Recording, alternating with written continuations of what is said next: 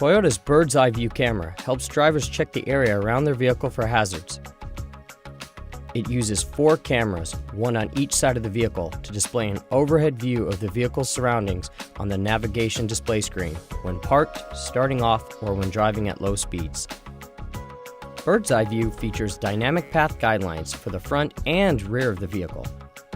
These guidelines follow steering wheel motion and help drivers to see their vehicle's projected path. Beyond the traditional overhead view, Toyota's bird's eye view introduces perimeter scan, which features 2 selectable views. These are 360-degree rotating views and use 3D graphics to show surrounding objects. Moving view is a wide area overhead view of the vehicle and helps drivers check their surroundings before starting off. See-through view is a ground-level perspective of what the driver would see if the vehicle structure was transparent. Small obstacles, when seen with see-through view, are larger and more clear than those seen with moving view to make it easy to verify items around the vehicle. Both perimeter scan views allow the driver to pause the moving screen at any time to study what is displayed.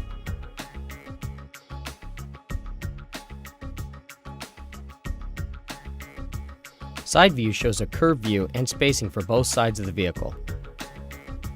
It displays reference lines showing tire position and a line parallel to the vehicle. This is useful when checking your vehicle's position within parking lines or for how close you are to a curb. Bird's eye view comes with wide-angle front and rear cameras.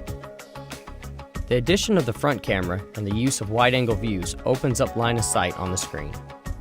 This is helpful as an extra check when parking. Bird's eye view can display parking assist sonar information. When an object is detected, an image of the object and the corresponding sonar indicators are displayed on the screen.